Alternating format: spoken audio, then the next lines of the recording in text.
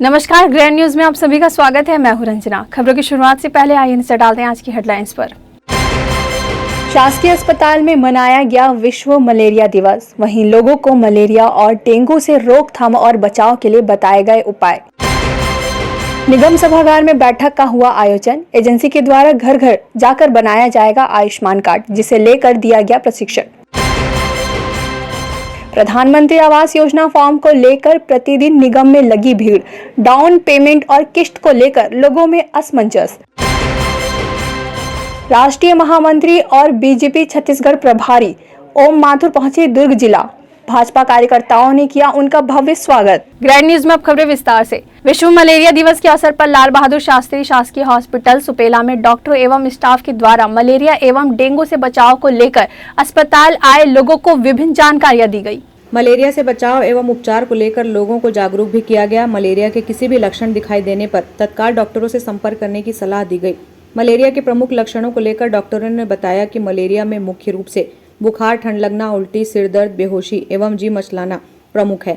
ऐसी स्थिति दिखाई देने पर सतर्कता बरतने की बातें डॉक्टर ने कही है। अस्पताल के डॉक्टर पीएमसी ने कहा कि मलेरिया की स्थिति में लापरवाही बरतने से बीमारी के बढ़ने का अंदेशा बना रहता है।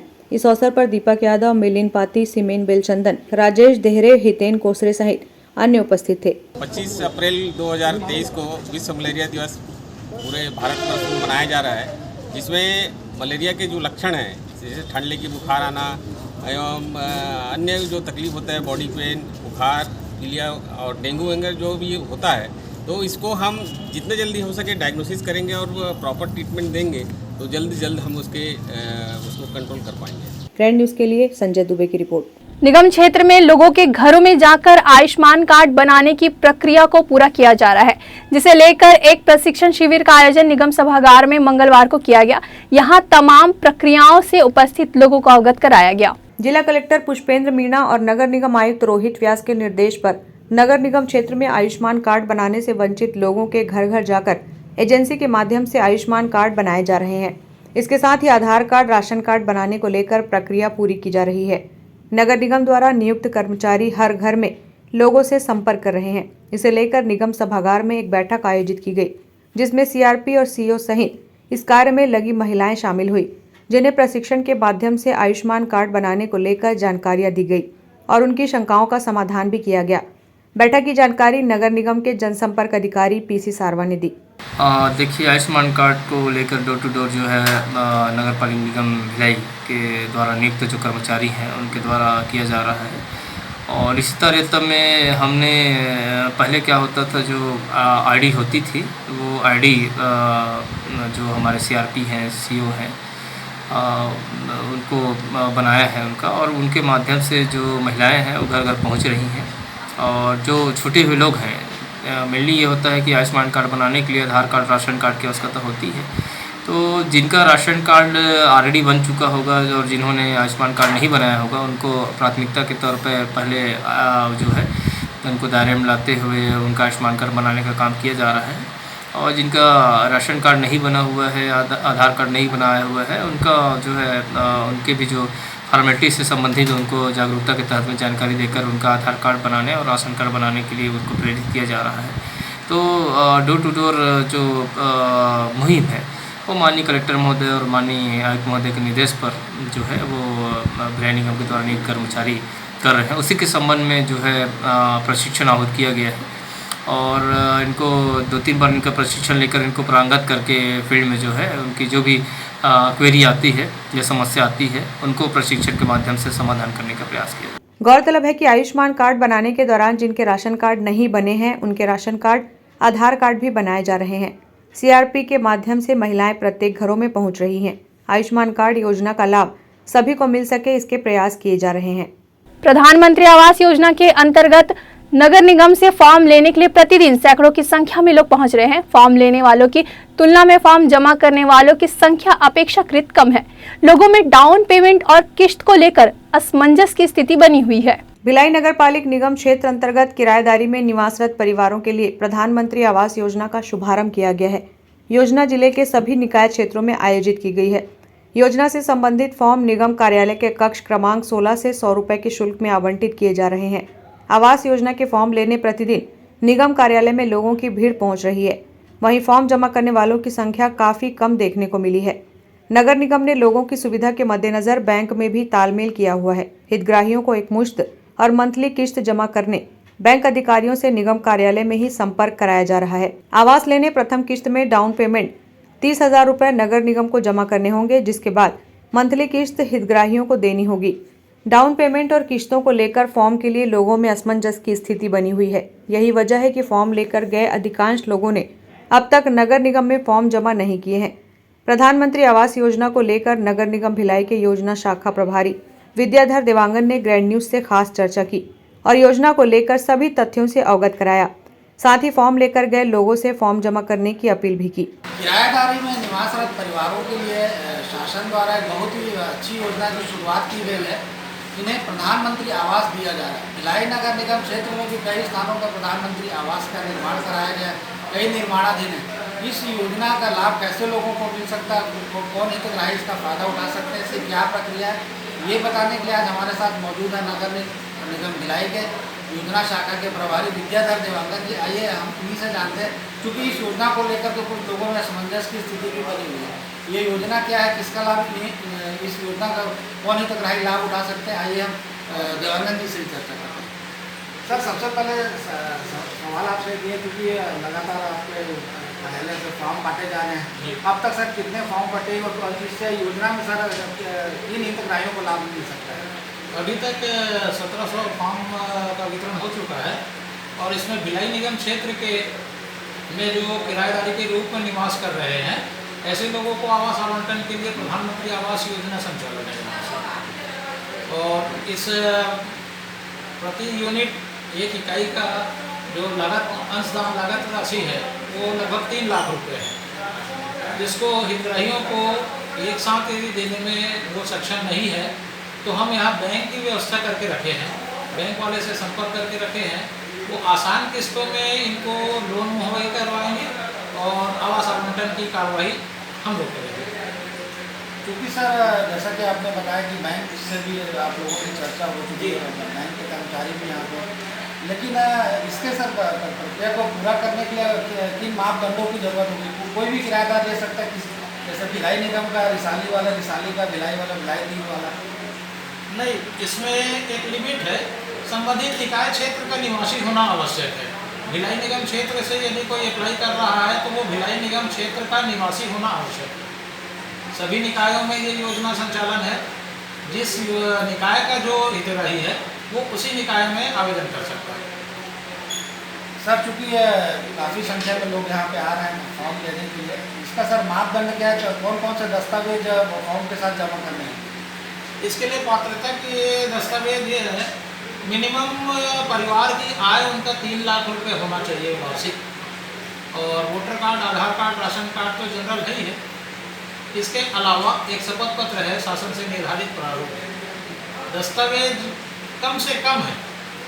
सिर्फ नागरिकों में जागरूकता नहीं हो पा रही है, वो आगे जमा नहीं कर पा रहे हैं 3 लाख रुपए को एक बड़ा एम समझ के। तो इसकी व्यवस्था बैंक के माध्यम से किए हैं, जिसका प्रचार प्रसार भी किया जा रहा है, लोगों तक इसकी योजनाओं की जानकारी भी दी जा रही है। सर, प्रधानमंत्री आवास के लिए अब तक सर कितने फॉर्म लोगों द्वारा ले जाए जा चुके हैं कार्यालय से?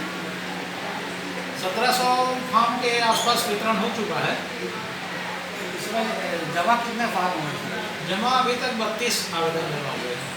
क्योंकि सर, क्योंकि जैसा कि आपने बताया कि इसको देख कर के यही प्रतीत होता है कि लोग अब क्योंकि फॉर्म ले करके जा रहे हैं लेकिन जमा करने में संकोच कर रहे हैं। उनके मन में पैसे को लेकर के ही सर असमंजस की स्थिति बनी हुई है। तो क्योंकि प्रधानमंत्री आवास जो है मध्यम वर्ग के परिवारों और निम्न वर्ग के परिवारों द्वारा इस योजना का लाभ उठाया जा रहा है। तो सर, जो फॉर्म नहीं जमा कर रहे हैं उनसे किस तरह की अपील आप करना चाहेंगे ताकि वो भी जो किराएदारी में निवासरत है उन्हें इस योजना का लाभ मिल सके? मैं आम नागरिकों से अपील करना चाहूँगा कि यदि वो 3 लाख रुपए जो हितग्राही अंशदान की राशि है उसको देने में सक्षम नहीं है, ये सोच के यदि वो आवेदन जमा नहीं कर रहे हैं तो हम उनको आसान किस्तों में उस अंशदान की राशि को लोन के रूप में मुहैया करवाने के लिए बैंक वाले की व्यवस्था किए हैं और बैंक वाले को प्रतिदिन यहाँ कार्यालय में बुला के बैठाया जा रहा है, उनको योजनाओं के बारे में जानकारी दी जा रही है, लोन के बारे में समझाइश दी जा रही है। तो वो सारे लोग जो आवेदन लेके गए हैं वो आएँ, कार्यालय में जमा करें और जो अंशदान राशि है उसको लोन के माध्यम से पटाएँ। ये थे हमारे साथ भिलाई नगर पालिक निगम भिलाई के योजना शाखा के प्रभारी विद्याधर देवांगन जी, जिन्होंने तमाम तरह की हमें जानकारी दी प्रधानमंत्री आवास योजना को लेकर। चूँकि लोगों में असमंजस की स्थिति बनी हुई है, लोग आते हैं फॉर्म लेकर के जाते हैं लेकिन जमा नहीं करते। लेकिन नगर निगम प्रशासन द्वारा लोगों की सुविधाओं के मद्देनज़र बैंक से भी तालमेल किया गया है, बैंक से फाइनेंस की सुविधा है। इसलिए अतः ग्रैंड न्यूज़ भी लोगों से अपील करता है कि आएँ, अपना फॉर्म ले और साथ में जमा कराएं। किसी भी तरह की स्थिति होने पर नगर पालिक निगम योजना शाखा के समस्त कर्मचारी सहयोग के लिए भी यहाँ पे तत्पर हैं। अतः आए अपने शासन की इस योजना का लाभ उठाएं। ग्रैंड न्यूज़ के लिए संजय दुबे। ग्रैंड न्यूज़ के लिए संजय दुबे की रिपोर्ट। राष्ट्रीय महामंत्री और छत्तीसगढ़ प्रभारी ओम माथुर आज दुर्ग जिला पहुंचे, जहां भाजपा कार्यकर्ताओं ने गर्मजोशी के साथ उनका पटेल चौक में स्वागत किया। आपको बता दें कि ओम माथुर के द्वारा आज विधानसभा स्तरीय बैठक का आयोजन किया गया है। इसके साथ ही संभागीय बैठक को भी ओम माथुर के द्वारा संबोधित किया जाएगा।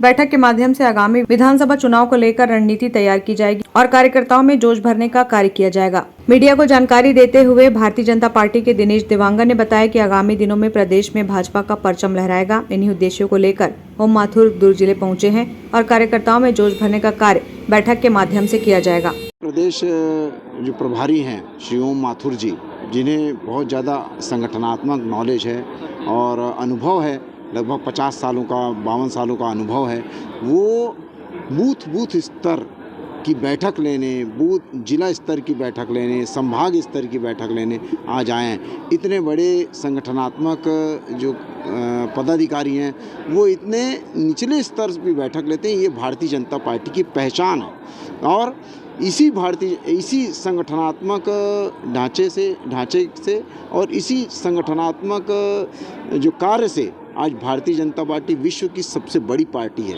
आज श्री ओम माथुर जी का जगह जगह स्वागत हुआ, जो कि सभी मंडलों ने किया, सभी प्रकोष्ठों ने किया, सभी मोर्चों ने किया और बहुत भव्य स्वागत हुआ।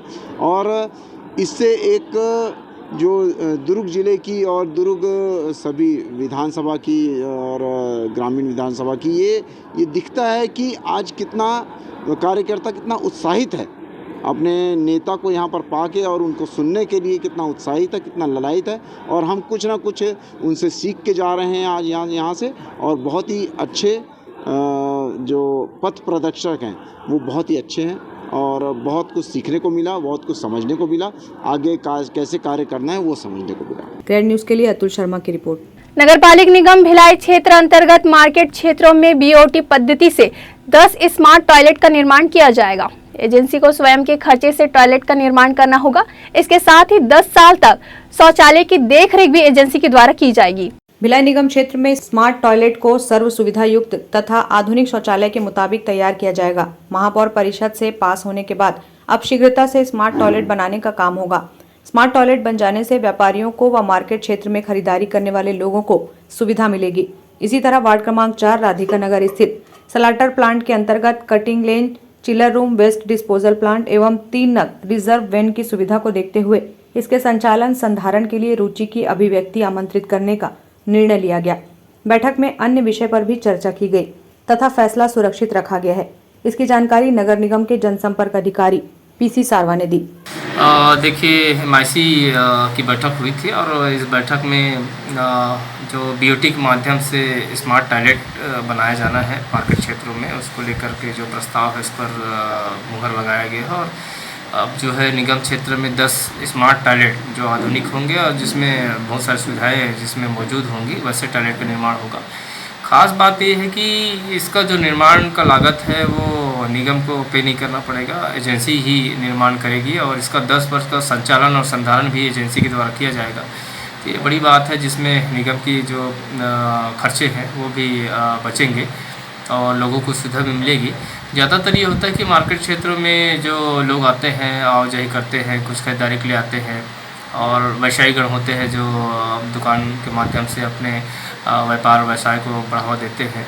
तो उनको भी निश्चित रूप से ये शौचालय है वो राहत मिलेगी कि महिलाएं होती है जिनको जो मतलब कई बार क्या होता है कि मार्केट क्षेत्रों में शौचालय और सुलभ की व्यवस्था नहीं होने से उनको परेशानियों का सामना करना पड़ता है। ये सभी चीज़ें जो है वो दूर हो जाएंगी। गौरतलब है कि नगर निगम के प्रमुख बाजारों में टॉयलेट की सुविधा नहीं होने से यहां खरीदी करने आए लोगों को, विशेषकर महिलाओं को परेशान होना पड़ता है। जो टॉयलेट है वो किसी काम के नहीं रह गए।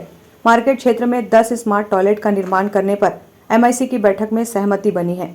देखना होगा कि कब तक इस पर काम शुरू हो पाता है। ग्रैंड न्यूज के लिए भिलाई से संजय दुबे की रिपोर्ट। वक्त हो चला है एक छोटी सी ब्रेक का। खबरें और भी है, बने रहिए ग्रैंड न्यूज के साथ।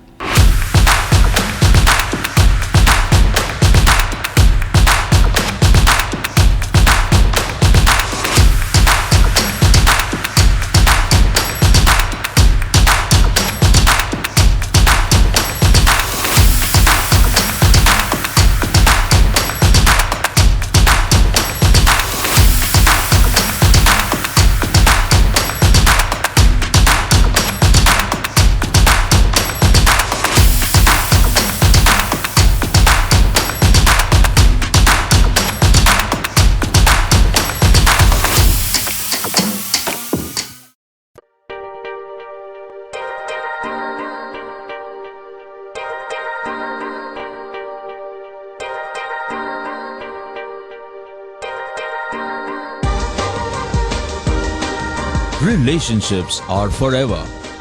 Out of all loved ones, your children are most precious. One of our biggest dreams is to give our children's marriage the top in luxury and facility.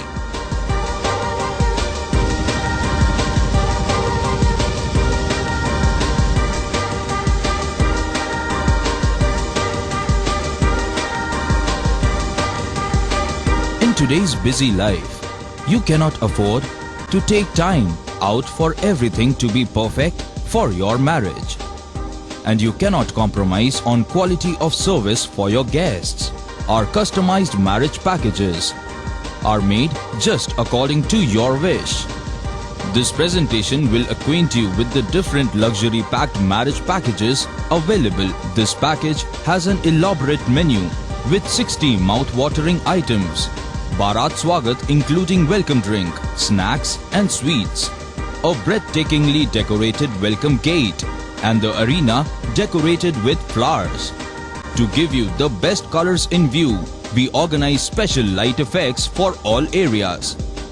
We take care of decorating the groom's car to its best attire and exclusive DJ beats for extreme fun and valet parking to make your guests feel like an emperor.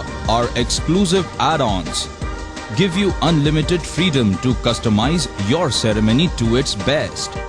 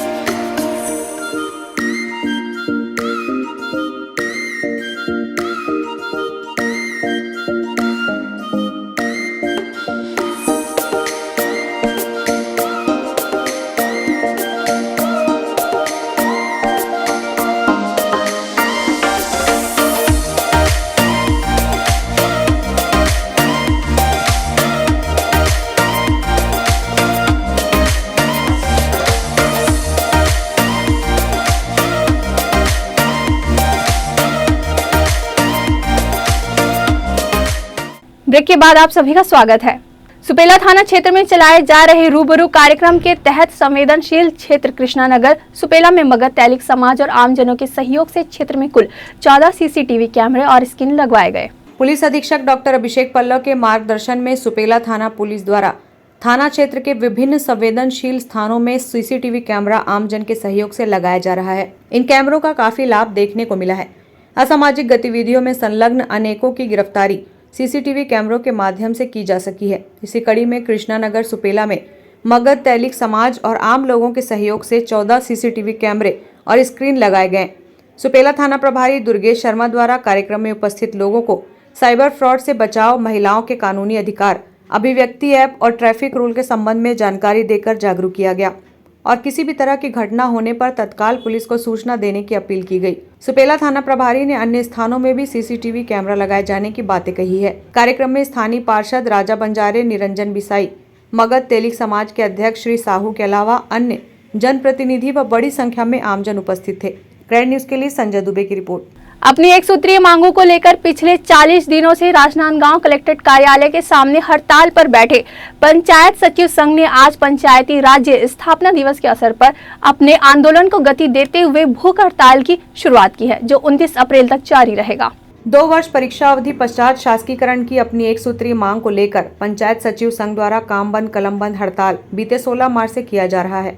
अपने इस आंदोलन को गति देते हुए आज पंचायती राज्य स्थापना दिवस से क्रमिक भूख हड़ताल की शुरुआत सचिव संघ द्वारा की गई, जो 29 अप्रैल तक जारी रहेगा।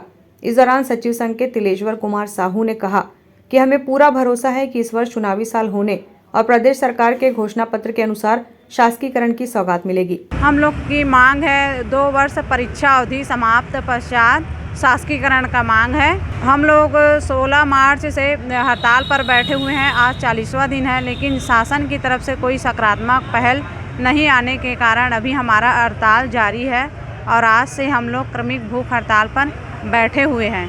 हमारी एक ही मांग है शासकीकरण, और नारा तो लगा ही रहे हैं कि ताकि शासन तक आवाज़ जाए और हमारे मांग को जल्दी से जल्द पूरा करें। भूख हड़ताल आज से स्टार्ट है 24 तारीख से और ये निरंतर चलता रहेगा अभी 1 सप्ताह से। आज हमारे नांदगांव ब्लॉक में 5 लोग बैठे हैं और ज़िले में तो वही पूरे 100-150 लोग बैठे हुए हैं भूख हड़ताल पे राजनांदगांव जिले में। आज पंचायती राज दिवस की स्थापना दिवस है और पंचायती राज दिवस में जो पंचायती राज का जो आधार होता है ग्राम पंचायत, जिसका हम लोग मुख्य कड़ी के रूप में काम करते हैं गांव में ज़मीनी स्तर में रहकर, तो पंचायती राज का जो विकास कार्य रहता है वो सारा विकास कार्य आज के डेट में जो ठप पड़ा हुआ है वो शासन प्रशासन अच्छी तरह से वाकिफ़ है उससे। इस पंचायतों का जो काम है वो सचिवों के बगैर करा पाना बिल्कुल नामुमकिन है। अभी जैसे भी वैकल्पिक व्यवस्था के तौर पर सचिवों का व्यवस्था करा रहा है, लेकिन जो काम पंचायत सचिव करता है वो अन्य जो कर्मचारी है, जो तकनीकी सहायक है, जो भी ड्यूटी लगा रहा है वो लोग नहीं करा पाएंगे ये सब काम को। और हम लोग विश्वास करते हैं और हमारा आज माननीय कवासी लखमा जी जो आबकारी मंत्री है, उनके जो 12 विधायक है बस्तर संभाग से, उनके साथ आज भेंट मुलाकात के लिए समय मांगे हैं मुख्यमंत्री जी से। तो हमारा जो डेलीगेशन जो प्रांतीय टीम है वो आज मुख्यमंत्री जी के समक्ष भेंट मुलाकात उनका कार्यक्रम हो रहा है। हम लोग विश्वास करते हैं कि आज के जो भेंट मुलाकात है उससे हम लोगों सभी सचिवों को सार्थक हम लोगों के पक्ष में निर्णय होगा, ऐसे हम लोग उम्मीद करते हैं। हम सभी सचिवों का एक ही मांग है 2 वर्ष परीक्षा अवधि के पश्चात शासकीकरण, और इसी कड़ी में हम लोग अनिश्चितकालीन काम बंद कलम बंद हड़ताल पिछले 16 मार्च 2023 से बैठे हुए हैं। आज हम लोगों का 40वां दिन है और आज से हम लोगों का भूख हड़ताल शुरू हो चुका है और ये भूख हड़ताल जो है वो 29 तारीख तक के लिए हम लोग निर्धारित किए हैं और आगे जैसा भी प्रांतीय आह्वान के निर्देशानुसार जैसा निर्देश रहेगा उसके अनुसार हम लोगों का जो आंदोलन है वो और उग्र होता जाएगा। और जब तक शासन हम लोगों की मांग के समक्ष कोई पहल कोई ठोस कदम नहीं उठाता है तब तक हम लोगों का जो हड़ताल है वो अनवरत जारी रहेगा। अब हम लोगों का जो मांग है एक ही मांग है, पहले भी हम लोगों को आश्वासन दिया गया था जब छत्तीसगढ़ सरकार में कांग्रेस सरकार आया उस समय भी हम अपने घोषणा पत्र में जनाधार में रखा गया था कि जितने भी अनियमित और संविदा कर्मचारी उन लोगों को नियमित किया जाएगा करके। और जैसे सरकार शासन आया, शासन आने के बाद सरकार ऐसे अपने कामों में डूब गए कि हम लोगों के प्रति थोड़ा बहुत भी ये नहीं रखा और आज 4.5 साल बीत चुका है। आने वाले समय में चुनाव का समय है और हम लोगों को ये उम्मीद है कि जो चुनावी वर्ष है और जो घोषणा पत्र में जो कहा गया है कि शासकीकरण और जितने भी अनियमित कर्मचारी उन लोगों का शासकीकरण किया जाएगा, उसी कड़ी में हम लोग भी अपने मांग और जो अपना अधिकार है उसको लेकर आज 40वें दिन हड़ताल में डटे हुए हैं। Bureau report, grand news. जिला खैरागढ़ के वनांचल में स्थित देश का सबसे लंबा एवं एशिया में दूसरे नंबर का सबसे लंबी गुफा मंडीप खोल को सैलानियों के लिए खोल दिया गया है। यह गुफा कई रहस्यों से भरा हुआ है जिसे देखने के लिए दूर दराज से काफी संख्या में लोग आते हैं। वनांचल स्थित मंडीप खोल गुफा ठाकुर टोला जमींदारी के अंतर्गत आता है। परंपरा अनुसार यहाँ के राजा या उनके परिवार के सदस्य गुफा का द्वार खोलने से पहले देवी देवताओं का स्मरण कर पूजा अर्चना कर द्वार खोलते हैं। द्वार की चट्टान को हटाने से पहले हवाई फायर भी किया जाता है ताकि कोई जंगली जानवर गुफा में हो तो वह निकल जाए। गुफा में सबसे पहला प्रवेश जमींदार के परिवार के लोग करते हैं तथा गुफा में स्थित शिवलिंग सहित अन्य देवी देवताओं का विधि विधान से पूजा अर्चना कर क्षेत्र की खुशहाली के लिए कामना करते हैं।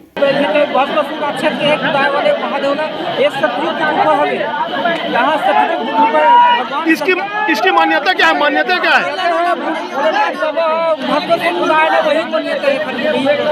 साल में एक बार क्यों खोला जाता है? सोमवार के साल में एक बार। आखिर क्यों खुलता है? क्या मान्यता है? जानवर रहते हैं ना भाई, यहाँ जानवर रहते हैं। एक बार साल में ठाकुर राजा पूजा पाठ करते हैं तब तक खुलता है। यही में मान्यता है। दूसरा दिन नहीं आता है, सिर्फ सोमवार का आता है। हफ्ती बार साल में एक बार ही एक बार साल में हफ्ती के बाद सोमवार आता है, वही सोमवार का। ये बहुत पुराना गुफा सतयुग का है। ये सतयुग का गुफा है। महादेव चलते हैं। भगवान विष्णु मोहनी रूप लेके भगवान के माता जी के रूप लगे के नाचे ना, वही गुफा है। मोहनी रूप में भगवान विष्णु सतयुग का गुफा है। भोलेनाथ के मंदिर है ना, नीचे शिव के आकार है पूरा अंदर में। आप तो देखे हो पूरा पत्थर शिव का आकार है। साल में एक बार कांवर खुलते गुफा भटक गई है भाई। नीचे गुफा में कम से कम खैरागढ़ सन 4 ठन गाँव के घुसड़ी पता नहीं चलेगा सब गुफा है यहाँ। ऐसे एक आध करनी है। शासन से इसे कुछ मांग चाहा तो क्या होना चाहिए जगह में? क्या होना चाहिए? नजरिया होते 10 साल बालक गाछ के वो खाने में ऐसे अपन पूजा उजन हो ऐसे सबसे पहले एक हफ्ता पहले फटाका चले नहीं थे, जानवर गुजरे ही थे आके तो घर पे ही हो है नहीं। रोड चाहते हैं, रोड अच्छा से बन जाए, पुलिया बन जाए। और क्या बोलते हैं, वहाँ घुसने से सुविधा नहीं है। अच्छा बोलते हैं कहीं गिर जाए तो खाई में चले जाओगे, वहाँ भी थोड़ा गेट भी लगना चाहिए कि अच्छे से उतर सके, चढ़ सके। ये राजा महाराजा का देवी देवता है और पुरखों का पुरखा चलते आ रहा है। इसमें कोई शासन प्रशासन अधिकारी कर्मचारी ध्यान नहीं दे रहा है, उसी कारण पीछे होते जा रहे हैं। जो 100 साल 200 साल 500 साल से पहले पुरखा लोग हमारे दादा परदादा बताता था, आज हम लोग 50-52 साल का है। इसी तरह से हर साल हर वर्ष होते रहता है। आज तक पानी के लिए साधन नहीं है यहाँ, या कोई पुलिस का साधन नहीं है यहाँ। कोई आदमी जब काग मर जाएगा तभी कोई ध्यान नहीं है प्रशासन शासन को। इसी तरह हर काम आगे बढ़ने के लिए सहयोग प्रदान करे।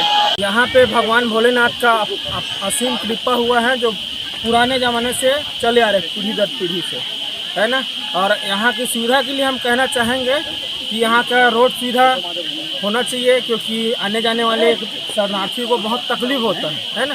यही हम गुजारिश करते हैं, है ना। यही मांग है हमारा। रोड है, सुविधा है ना, पानी वानी का है, ये सब चीज़ है। नदी लोग को जगह जगह से उसको पुलिया बनाया जाए, रोड की तरह, ये है। इस रहस्यमयी गुफा के अंदर श्वेत गंगा नाम का कुंड है, जिसमें नहाने से सारे कुष्ठ रोग दूर हो जाते हैं। श्वेत गंगा नामक कुंड में नहाकर ही गुफा में प्रवेश कर शिवलिंग का दर्शन किया जाता है। श्वेत गंगा कुंड में डुबकी लगाने के लिए लोगों की कतार लगी रहती है। बताया जाता है कि इस कुंड में साल भर पानी निकलते रहता है। गुफा में कई तरह के रहस्य मनदीप खोल गुफा को रहस्यमय माना गया है। भीषण गर्मी में भी गुफा के अंदर शीतलता बनी रहती है। गुफा के अंदर का मार्ग कहीं सकरा, कहीं चढ़ाव तो कहीं पर मैदान है। गुफा के अंदर काफी अंधेरा रहता है। स्थानीय सेवा समिति द्वारा गुफा के अंदर कुछ दूरी तक रोशनी की व्यवस्था की जाती है। आगे जाने के लिए सैलानी अपने वैकल्पिक व्यवस्था का उपयोग करते हैं। रोशनी पड़ने पर चट्टान टिमटिमाने लगता है। गुफा के अंदर जगह जगह देवी देवता, अप्सरा, जीव जंतु की आकृति भी उभरी हुई है। अंदर जाने वालों के लिए शाम होने से पहले बाहर आना होता है। इस रहस्यमय गुफा की मुख्य खास बात यह है कि पूरे साल भर में केवल अक्षय तृतीया के बाद पहले सोमवार को ही ये गुफा खुलती है। इस रहस्यमय गुफा में शिवलिंग की पूजा करने के लिए बड़ी संख्या में श्रद्धालु पहुंचते हैं। पूरे रास्ते भर लोगों की भीड़ लगी रहती है। इसको लेकर सुरक्षा के लिए पुलिस बल भी तैनात रहती है। हम इस वक्त आपको बताना चाहेंगे कि नवगठित खैरागढ़ जिले के छुई खदान ब्लॉक के यह गांव है ठाकुर टोला। ठाकुर टोला, इस गांव पे है मंडी गुफा। मंडी गुफा साल में एक दिन अक्ति त्यौहार के प्रथम सोमवार को यहाँ के राजा द्वारा विधि विधान से पूजा अर्चना कर महादेव की दर्शन करने के लिए आम लोगों के लिए, श्रद्धालु के लिए यह मंडी खोल गुफा खोला जाता है। वही हम बताना चाहेंगे कि हजारों की तादाद में यहाँ छत्तीसगढ़ प्रदेश ही नहीं बल्कि अन्य प्रदेश के लोग भी यहाँ तमाम श्रद्धालु इस दर्शन का लाभ लेने के लिए यहाँ पहुँचते हैं। आपको हम ये बताना चाहेंगे कि हमारे साथ कुछ दर्शनार्थी हैं जो क्या जानते हैं, क्या महत्व है, इनकी बारे हम बताएंगे। ये हमें जानना चाहेंगे कि सब बताएंगे कि आप कहाँ से आए हैं। मैं साल से बार आया हूँ जी। कब से आ रहे हैं यहाँ पे? हाँ, पहली बार आया है। बहुत चर्चित तो सुना था कि आज बार चले हैं देखने के लिए, बहुत उत्सुक के साथ हम लोग आए हैं। जी, आप लोग बताएंगे कि जितने रास्ते पगडंडी वाले रास्ते में आए थे, आप लोग क्या चाहेंगे, शासन से क्या मांग करेंगे? शासन में ये मांग चाहता हूँ कि ये रोड इतना दुर्लभ है यहाँ पहुँचने के लिए। हमें मोटर साइकिल में गाड़ियाँ फंस जाती थी, जो कार वाले आए थे उन लोगों को पैदल आना पड़ा। एक जो रास्ता है यहाँ पे, जो नाला का पगडंडियों से हमको गुजरना पड़ता है, एक नाला हमको 16 बार क्रॉस करना पड़ता है। इतना दुर्गम रास्ता के बीच हजारों की तादाद में यहाँ श्रद्धालु पहुँचते हैं। सुरक्षा व्यवस्था की यहाँ कोई पुख्ता व्यवस्था नहीं की गई है। शासन प्रशासन की ओर से ध्यान भी नहीं है। हम आम जनों से हम बात करते हुए हम आपको इतना बताना चाहेंगे कि आप लोग और क्या चाहते हैं। पुल निर्माण हो, सड़क का निर्माण हो। कहाँ से रहते हैं आप? पथरी कलर में जी, तो पुल निर्माण और यहाँ पे सड़क निर्माण की बात यहाँ की आप कर रहे हैं। पानी की जो मूलभूत समस्या है, जो जंगल में यहाँ पे पानी की बहुत बड़ी समस्या उत्पन्न होती है, उसके लिए शासन प्रशासन को ऐसे तमाम व्यवस्था की ओर ध्यान देना चाहिए। हम इनसे और बात करना चाहेंगे। बताइए आप लोग क्या चाहते हैं और कैसा व्यवस्था देखना चाहते हैं? नई व्यवस्था होना चाहिए। काय पब्लिक ज़्यादा आ रहे हैं, उसके हिसाब से होना चाहिए। पानी बहुत ज़्यादा हो रहा है। जी, हम आपको बताएंगे कि तमाम दर्शक हमारे बीच में श्रद्धालुगण यहाँ पे मौजूद हैं और मंडी खोल गुफा का शिवलिंग का दर्शन करने के लिए दूर दराज से बड़े लोग यहाँ पे आते हैं। ग्रैंड न्यूज ठाकुर टोला मंडी खोल गुफा से मैं हूँ लाला सिंह ठाकुर। ग्रैंड न्यूज़ की खबरों में फिलहाल इतना ही। मुझे दीजिए इजाज़त। नमस्कार।